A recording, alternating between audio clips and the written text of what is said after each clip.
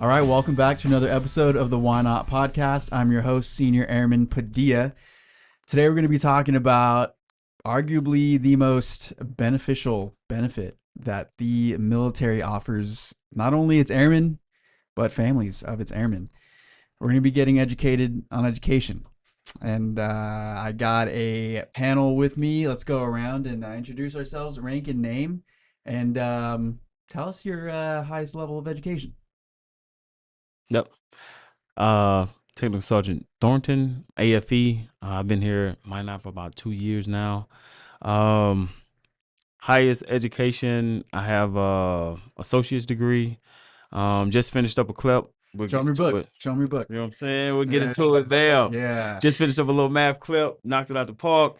Thought I'd bring the book. But you will talk more about that. Pass it along. My name is Airman Jocelyn Chacon. I have been here in Minot since January of this year, so not too long. And I have an associate's degree, and then I switched my major. And I have a couple semesters in that new major, but that's about it. Cool. Well, my name is Ryan. Last name Klemke. I'm a retired senior master sergeant. I have a master's degree in education, and I'm working on another one in history just because the GI Bill is paying me to do it. So I started the Education Center at the end of 2023. Took 2025 off just because I could. I came back at the beginning of this year to help airmen. Nice. If you don't mind, Ryan, tell us a little bit more about your role at the education office. Yep. So I'm a contractor, but I am the community college, the Air Force advisor for the base. So that's an Associates of Applied Science in your AFSC and your AFSC only, right? So you get, depending on when you came in, you get credits for basic training. You would get credits for tech school. The number depends on when you went to tech school, what was accredited at the time, things like that. And then there's the gen ed requirements, program electives, leadership and management like ALS or AHR classes, things like that people do. But it's a total of 60 credits for your CCAF degree. Awesome.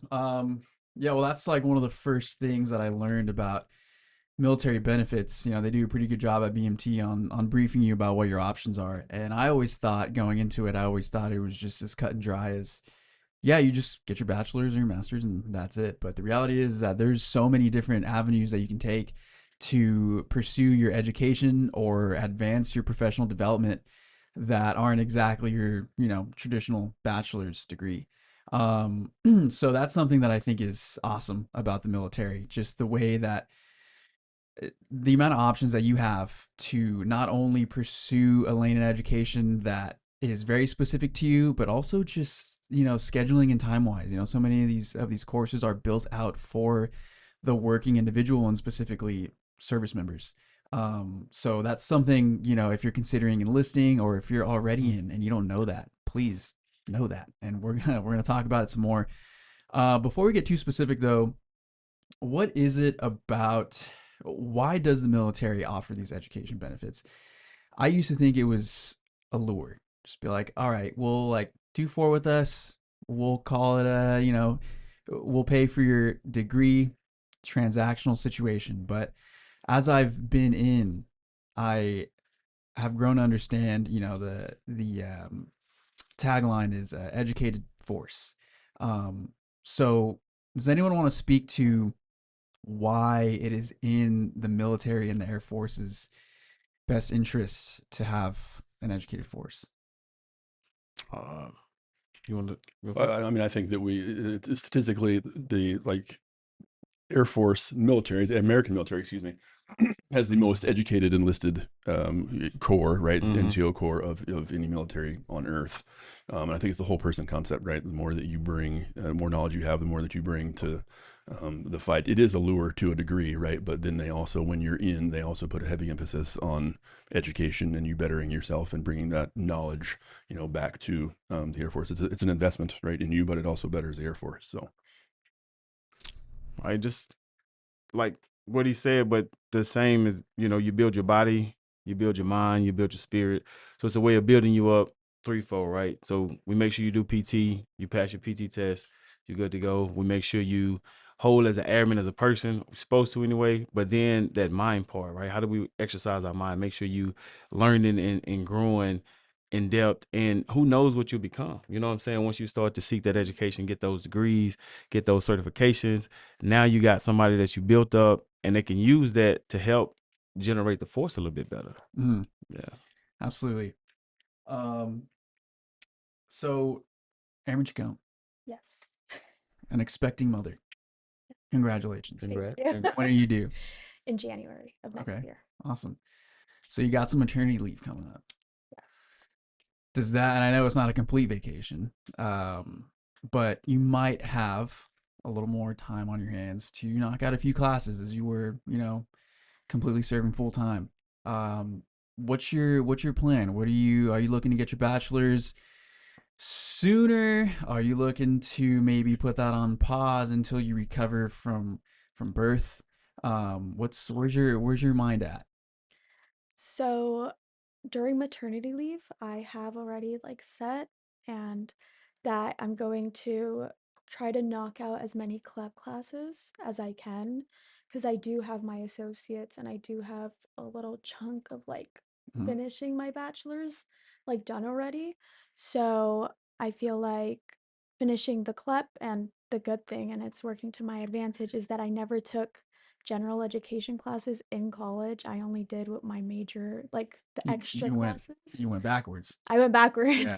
but it's helping me right now because the CLEP does cover a lot of the general education classes. So it's working to my advantage. And I know my husband too, who's also civilian, which I like, can also take the CLEP classes, and that is also like available to him. So we're both gonna try to knock out as many CLEP classes as I Nice. can. Why did you put on A1C? Did you have enough college credits to put on A1C? I do, but it was a whole problem with it Okay. because I switched schools and they just didn't want to transfer some, but I had them.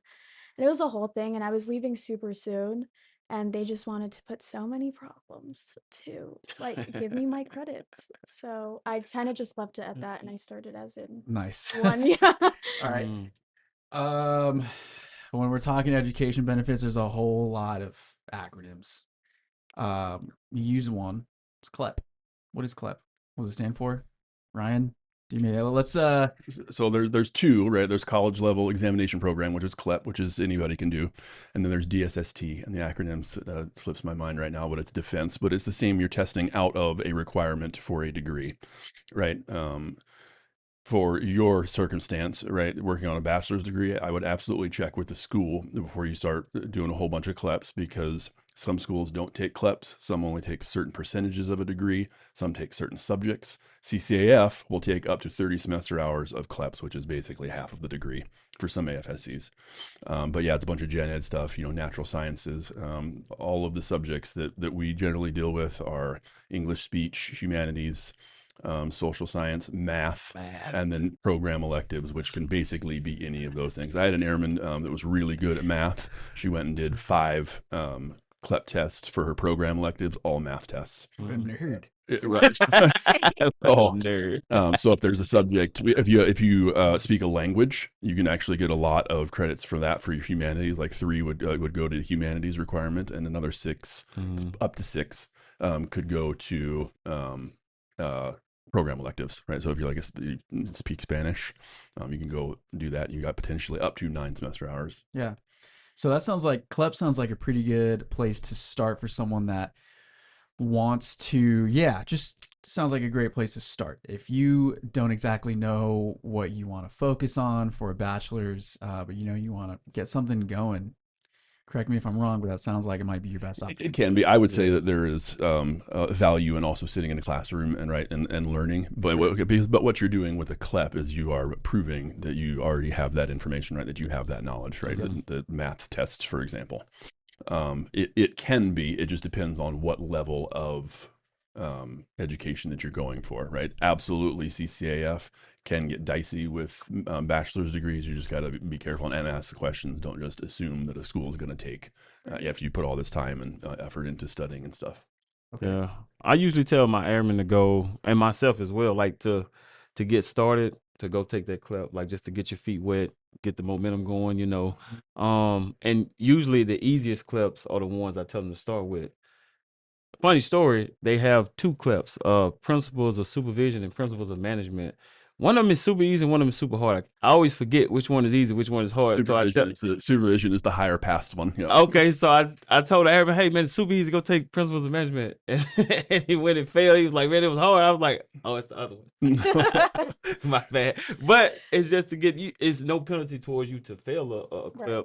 and then you can just wait the time and take it again or whatever. But you could take different ones in lieu while you're waiting for that time to pass. So Yeah, well, and I would say that the leadership and management portion of your CCAF, where the principles of supervision would go, is by far the highest taken clip, I guess, because most people don't want to wait for like ALS to get those leadership and management credits, so they go do that in principles of supervision and then gain the knowledge in ALS. So I think that's probably one of our highest taken ones, is principles of supervision. Yeah.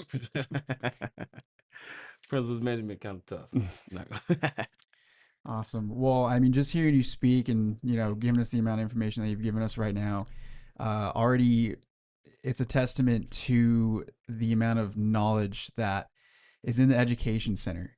So I want to talk about the actual education center as an entity on base. I went in there once and asked all these questions that I forget the name of the woman I spoke to. She was incredibly helpful. And she cleared up some things, and, there's only so much covered in the BMT, brief and everything. I feel like there's so many misconceptions. I'm still learning so much about all these paths you can take and what these acronyms stand for. But I just want people at any base to understand that there is an education center on their base, most likely, probably guaranteed. Or you're serviced by one for sure. Yep. Yeah. And you can go in there and speak to a guy like Ryan, and you don't have to exactly. It'd be nice if you had, something thought out, but you don't really have to have any specific plan. You could just, I'm sure you've had many an airman go into your office and just be like, hey, I need to get the ball rolling on my education, and I don't know really exactly, I got some limitations. Maybe my wife's pregnant. Maybe I don't know how to read. Maybe I'm just kidding. Yeah, so that's something I hope people understand is, how helpful everyone at least the Minot Air Force Base Education Office is. And don't just take like what people tell you too, right? Because all of this, like what me and Dr. Denning do, is very unique to the individual. Yep. Right. Like when you went to basic training will dictate how many credits you got, like to the day potentially, because they change so often. ALS and things like that. So I just had an airman come in this morning, like, I want to start school. And I was like, all right, what do you want to do? He's like, well, I don't know. I was like, okay, so we can like start working through it. You got to kind of pick the level that you want to be, what you want to do. You're not locked into anything to a point. Yeah. Right. But yeah, we have people come in all the time like, hey, I just want to start school. Like, where do I start? And me and Dr. Denning, between the two of us, can point them in the right direction. Nice. Yeah, so go to your education center and just have a chat. What are some of the options for someone? So some of these career fields are incredibly demanding. Obviously, any position in active duty is gonna, you're at least full time. Obviously, certain career fields, I can't imagine how they schedule their lives. Like, first ones that come to mind are like security forces, and some of these maintainers, crew chiefs. I mean, brutal hours. I would not survive the amount of work that they do, let alone add trying to get an education on top of that, let alone kids, let alone, God forbid, you just want to relax sometimes. What are some of the best options for someone that has this insane work schedule, and maybe kids, but want to get an education? I think that's the biggest part, is the want, right? Like, why are you wanting to do it? And you'll fit it in. Like for shift workers, it can get much harder, right? The vast majority of airmen, at least on this base, do online school, right? Which for the majority of schools is asynchronous, right? You're not like logging in and someone's looking at you on a camera for most schools. So it's like you have deadlines and things like that. I would say start with one class at a time, right? You can dive in and do more with some other paperwork that you would do with us, but I would just start with one class and start with your gen eds. So whether you're going to do a CCAF or a bachelor's degree or an associate's degree, the first like 2 or 3 semesters you're doing gen eds, anyway, right? Which is your English and your maths and social sciences and stuff like that, and just start doing it. There's a lot of people start with their CCAF, and I would say that's probably most of the traffic that we get over the education center is CCAF, because you all have your tech school and things like that. Longer tech schools, like some of the missile maintainers and things like that, have almost all of their program electives, all of their technical stuff done just walking in, right? But that's why I say it's a very unique circumstance based off of your AFSC and when you came in. So a lot of people start with their CCAF because there's a program called AUABC.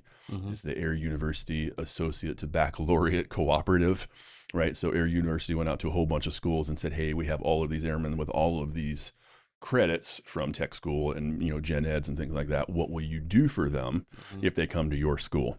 And like category 1 schools, they will take your entire 60-hour CCAF degree, basic training, tech school, all your gen eds, program electives, whatever those are, and put that full 60 towards a 120 degree or 20 semester hour bachelor's degree. And you walk in halfway done, right? Because of CLEP, you can CLEP that 30 semester hours. Right. You can almost CLEP out of your entire CCAF. So that program is only good though if the bachelor's degree that you want is part of the program. So if you were like, PA and then wanted to do like electrical engineering, not going to be there, right? But there's a lot of like criminal justice, business administration, things like that. So we kind of guide people like, hey, if you don't know what you want to do, you've already got a bunch of these credits. Just start on your CCAF, and then you can, kind of, there's many paths to home, I guess, with your education, but it's unique to the individual. Question for you, kind of what he was saying with the different work schedules. I've seen this at different bases. I'm not sure if they do it here though. Just say if I go to my job and I got 10 people that want to take the same class, could we go to the education center and have them give us a class? How would that work? You can. So Minot State will actually, they are the in town, right, university.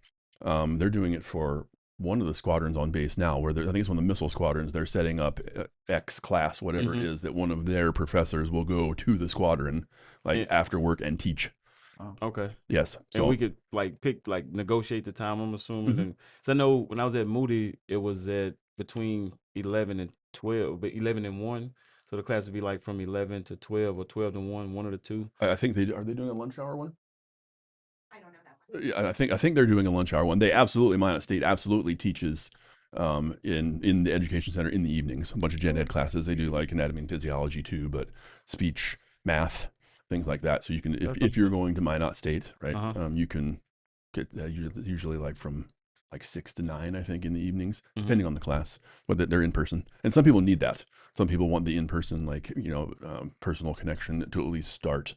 And then get into the online stuff, because that time management piece can be a little bit daunting for people with life things and kids and work schedules.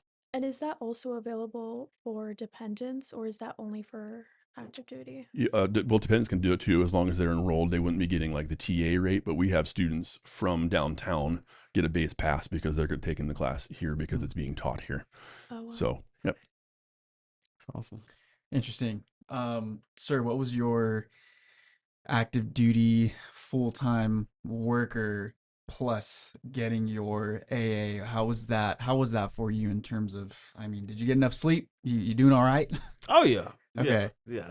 I mean, I was BSing a lot. You know what I'm saying? Like, I would just be frank with you. I did a little school before I played football. I thought I was going to the NFL, so I was in school before, got kicked off the football team, lost my scholarship, joined the military.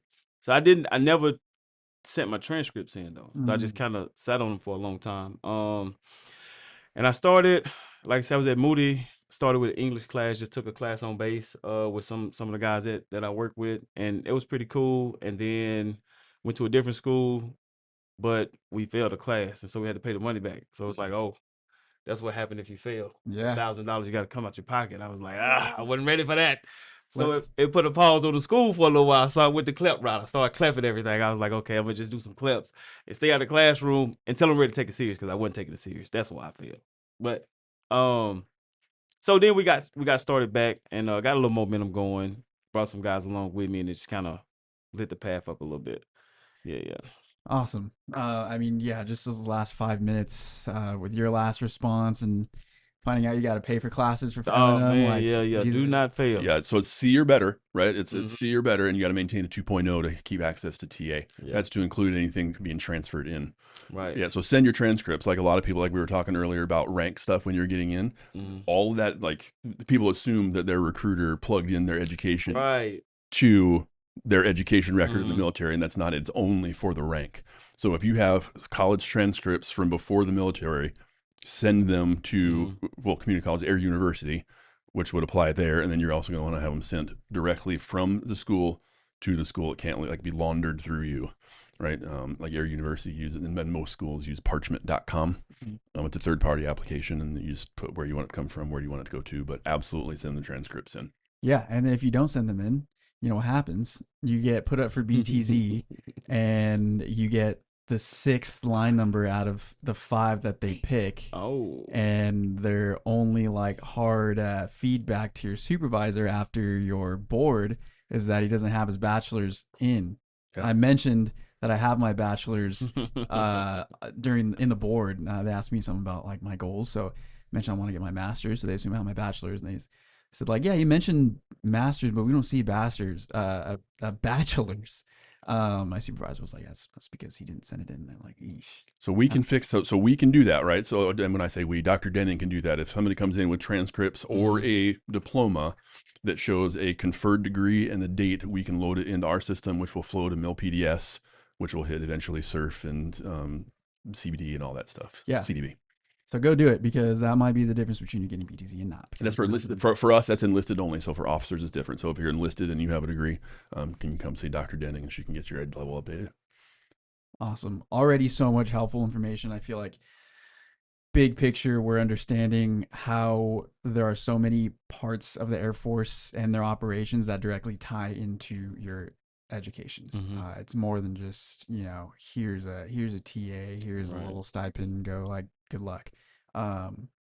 Because you can't ignore the fact that so much of your military experience is a form of education. You are learning so much about something, no matter what you're doing. So the fact that we're able to transfer that experience into college credits, it's awesome. I think it's one of the best parts about the military. Even just going through tech school to put a nice dent in your AA just by going through tech school, especially for PA. The PA tech school is so long. I think we get like it's a nicer chunk of credits for PA tech school. So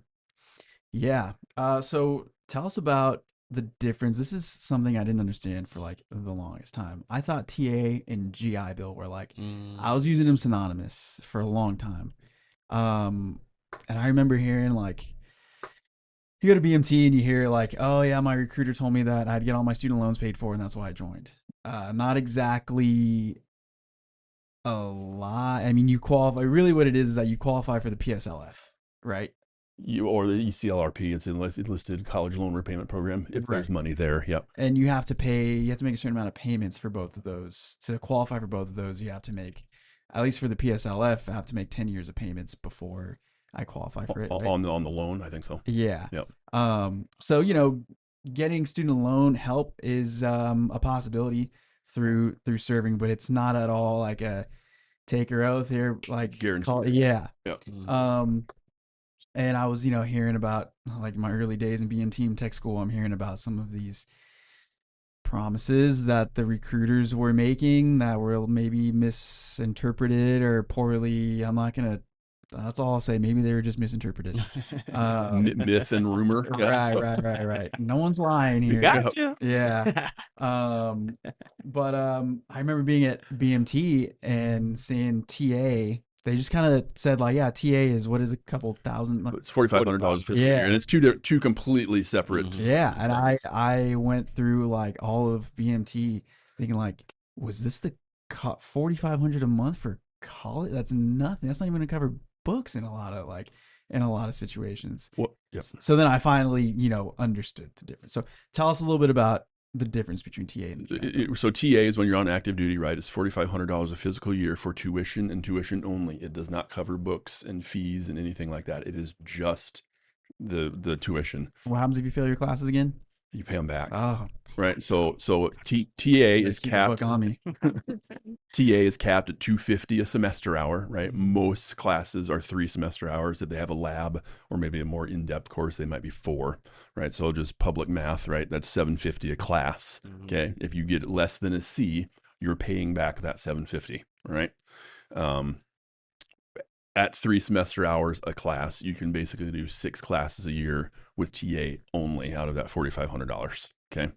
At your 3-year mark, you're fully vested in your post 9/11 GI Bill, which is a VA function, right? That you can access while you're in. Most people don't because you'd be leaving that E5 with dependent rate at the location where you're going to school. It's called Military Housing Allowance, MHA. You're leaving that on the table because you're already getting BAH or you're in the dorms and things like that. But some people want to like go further in their education career. Than what TA pays for. So TA will pay for an associate's degree, right? They will also pay for a CCAF if you start that civilian associate's degree first, right? They'll pay for a bachelor's and they'll pay for a master's, and then that's it with TA. Some people want their PhD, and we had like a tech sergeant that was working on her PhD using GI Bill, right? GI Bill is a lot of VA math there. I mean, people can absolutely go look at, but they will pay for 100% of in-state tuition, right, at a public institution. If it's private or overseas, or I think it's like this year, it's like $29,000 or something like that. But they're 2 separate funds of money that you can access. So if you have access to your GI Bill and you burn through your $4,500 for the year, you can tap into your GI Bill and keep going until 1 October flips around and your $4,500 comes back. So there's also Montgomery GI Bill. That stuff that's pretty detailed that we could get into if somebody wants to come talk to it at the education center. But there are different pots of money out there. There's certification money too. AFCOOL, Air Force Credentialing Online. That's another $4,500. That's a lifetime cap though. Do they still do top up? They do that for the MGIB. Yes, if you're enrolled in the MGIB. Okay. Yep, that's an extra $600 that you put in, and it gives you extra benefit. I have a question. Mhm. For an airman like me starting off, how would you recommend going about the tuition assistance since it doesn't cover books or anything like that? Just the what Just was the it? tuition. The tuition, yeah. Yep. So tuition is covered by TA, right? But then there are many schools that have like extra money for military and things like that may cover books. Some just have like, hey, go download the book so you don't have to buy it. There are grants that you can get out there. Like a lot of people do the Pell Grant. The school may make you do FAFSA, which is the federal loan program, but they also have grants through that. There are a lot of like online marketplaces that you can buy used books, or you can even rent books for like super cheap, and then you send them back when you're done. But many schools now are going to like an online format where you just download the PDF of the book or whatever they're wanting you to look at. Tuition is covered, all of that other stuff. If there's nickel and dime things, you'd have to come up for money with money for that. But a lot of schools for military will waive fees and things like that at certain degree levels. I wasn't aware that you can use FAFSA along with the TA. 100%. Yeah, That's and you can decide if you want to use it. Now you got to be careful too, right? Because if FAFSA could be a loan, right? And you don't pay on that loan while you're in school, but it accrues interest while you're in school, so it can be a little bit dicey down the road. But grants and stuff like that, well, absolutely. And you can tell the school like, hey, use my Pell first, right? And that'll get me through X classes. And then, okay, now I'm going to start using TA. So I would say absolutely apply for those things. There's scholarships, there's all kinds of stuff. So apply for them, see what money falls out of it. Just be careful with loans. Yeah. So, yeah. Thank you. Yep. A lot of information to consider, a lot of options, which is why if you are hungry for further education, go and talk to the education office, because I personally don't think I have the ability to like get everything that you said so far and be like, oh, this is for I sure. got it. Yeah. This is for sure what I'm gonna do. I'd rather just go over there, give you my transcript, and make you decide for me. Well, and we'll guide you down the road too, Yeah. right? But it's very nuanced to the person. Like it's absolutely like everybody For that comes sure. in, it's a completely different. Like, where do I want to be? What do I want to do when I grow up? Things like Yep. what do I have already? Things like that. So Yep. it's very nuanced. So absolutely, and this like what we've talked about so far is tip of the iceberg stuff. Like it's you can really get down like in the weeds with education stuff and benefits and what they have. So I really didn't think there was so many like resources. I was really narrow-minded in the sense of like I thought it was tuition assistance, the GI Bill, the Montgomery, and CLEP, and the other one. the And Dantes, the yeah, Dantes, yeah. there we go. Taste. That's really all I thought we had like as options, but this Yeah. has been nice Yeah. to Yeah, I'm still learn more. learning about stuff. Yeah. Cool. Well, I have a couple questions for Dr. Denning. Ryan, I'm kicking you out. Okay. I appreciate your information. Thank you so much. For everyone listening, we ran out of microphones today. There are two subject matter experts over at the education office that I just couldn't pick from. So we brought them both on, and we're going to split the show in half here. Dr. Denning, thanks for joining us. Good morning. What is your role over at the Education Center? I'm an education services specialist, so I get to focus on the bachelor's and master's degrees after we do CCAF if you want, or we just hop right to it. So in your case, we would hop right to that master's Yeah. after I get that bachelor's loaded in there so that you don't miss out on that again. Okay. Want to clear up a common misconception is that you can use your GI Bill while you're active duty. You don't have to wait until you retire. A lot of people out there think that. That's when you go to the SME. Yeah. Let us, instead of taking the rumors or information from somebody else, let us know the question that you have and let us figure out the right path for you. We can help you determine that right path. A lot of times when we're looking at master's degrees, they are not that 250 cap. It's way over that. And my job is to find programs that keep you at the cap so that you're not having to use those resources. I don't want people to have to pay for their education when you have this amazing benefit. 250 cap. Tell us about that. I don't think I've ever heard Okay. that number attached. So per credit hour. So a class is three credit hours typically. So that's $750. We cap it at, or the Air Force has capped it at 250. So if your university is going to charge you $500 per credit hour, you owe the difference. Mm-hmm. And so my focus is to keep those programs that you're looking for, find that program that fits you, the school that fits you, and try to find somebody where we don't have to pay that extra money to get your education. Yeah, and that was exactly what. Man, I'm so close to remembering her name. Brianna What's her last name? Brockhoff. Yes, Mrs. Brockhoff. That was who I spoke to. She basically asked me like, what's your ideal like kind of college situation in terms of picking a master? And I was like, well, some field in communication. That's what my bachelor's in. So communication or media studies. Obviously under those credit hours and online. And she just like typed all that stuff in, and a whole list of schools came up, which was awesome. You don't even have to, that's how helpful the Education Center is that they will narrow down those schools for you. Because I have spent a lot of time looking at courses that have a, hearty online program, because that is a limitation for me at the moment, is finding it's got to be online. I mean, here we are in Minot, North Dakota. I'm not sure how much of an option MSU is, but I thought that was awesome. That really helped me out that she did that. I'm going to interrupt you. So when you're looking for a college, that's great. But don't just sign up for any college without checking with us or seeing if they take military tuition assistance. Because if you sign up for college or you apply, you're accepted and you start and they don't have an agreement with us, we can't pay for it. Yep. And then you're stuck with that bill. And I don't want you to do that. It takes us just minutes to start that research to be able to help you. Does having a military affiliation using your GI Bill, does it help you get accepted into colleges at all? Does it make it a little easier?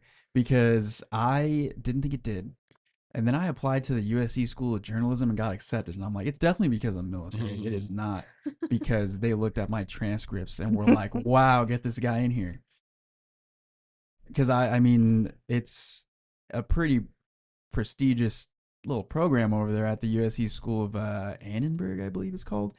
And I don't think there's any like world where I get accepted into that. Like with my transcripts from with my bachelor's degree in communications from Northern Arizona University with a 2.7, I don't think I got like I just think there's something going on with the yellow ribbon. And does it help? Like, does it help at all that I'm sure it helps with the statistics and being able to add their numbers.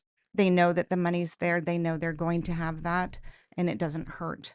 So I can be sassy and say you're a DI, or was it DIE hire or something? yeah. No, but they're looking. You're a guarantee. Yeah. I'm a guarantee, and colleges are always looking to, like you said, DEI, but the words they'll probably use is that we're, promoting diversity, not just in like race and gender, but No, in yeah. just as a military, they probably just want some military over there. Mhm. So I mean, I don't know if I don't want to give that like state that as advice is like, oh, it's going to be easier for you to get into college. But personally, from what I understand, the only reason why I got accepted to USC master's program was because I'm military. So It doesn't hurt. I mean, you're proven. Mhm. You got up every day, you went to work. You still have, you followed through with your contract. Yeah. So it's a guarantee. You're proven. So it can't hurt you. I like that. Well, it made me feel good about myself. Congratulations. I usually get rejection letters, and I got one. Cool. I'm sure there's some crazy acronym for this. Ryan touched on it, and I think he even said the acronym. But one and only one person has ever, other than Ryan just now, has ever mentioned and explained to me. It's basically like BAH for being a student, where you kind of get, I don't think it's like a full BAH, but you get like a little living stipend Oh yeah. if you are taking your master's, but you can't be enlisted. Right? It's the post 9/11. That's supposed, yeah, post 9/11. Correct. Okay. But yeah, you're not in, you are no longer part of the military, so you're accessing that, and yes, you do get a stipend for housing, Okay. but there's stipulations built I'm into sure it. like that sounds too good to be true. I don't like want to get into the numbers right now. Mhm. Very curious to what like that amount is. It's based on the zip code of the Yep. school, Yep. so it's going to vary. Yeah. I've never heard of, I mean, how often do you see someone utilize that? I've never heard of anyone utilizing it. I've only had one person describe, that was Ryan. Dang. He's doing it right now. You're at MSU? No, I'm doing it Mm-mm. online in Arizona State. But so if it's 100% online, it's a flat fee of like $1,200 or something like that. If it's 100% online, it's a flat fee of $1,200 is what Ryan over there And that's said. North Dakota. But if That's you North Dakota. like when I was in California, we had a bunch of people get out. I was stationed at Beale, close to Sacramento, I guess. But San Francisco, cost of living was way high. Mhm. I've seen a So they would state. drive to San Francisco to go to school 2 times a week, and their BH was almost $4,000. Gee. Yeah, And they was I've living in Marysville, Yuba City, and they was cleaning up, bro. Like just going to school. So I drive out 2 times a week to go to school and get BAH for San Francisco and live in Marysville, Yuba City. Wow. Yeah. I've seen that where Salute to y'all. it went viral on TikTok. I've seen that. That's the only reason I know with the GI Bill you can get BAH. It's because a lot of people decide to go to San Francisco for school, being out of the military, and the BAH is insane. Yeah. Yeah, I mean, I'm from Los Angeles, so there's a lot of opportunity to like take USC zip code money and go drive out to like, where Edwards Air Force Base is Right. at, like way out in the boonies. We're not scamming the system here though. We're hey, like that's my option. Awesome. Well, I've learned so much about education. I was Please. at the beginning you were asked about this education. Something that we forget is the transition from the military into the civilian sector. And one thing I do talk to my students when they come in and sit down with me, is what do you want to do after the military? Mm-hmm. And I think that's nice so that we can prepare you starting sooner so that as you transition, you have that education and you're opening more doors in the future for yourself. Mm-hmm.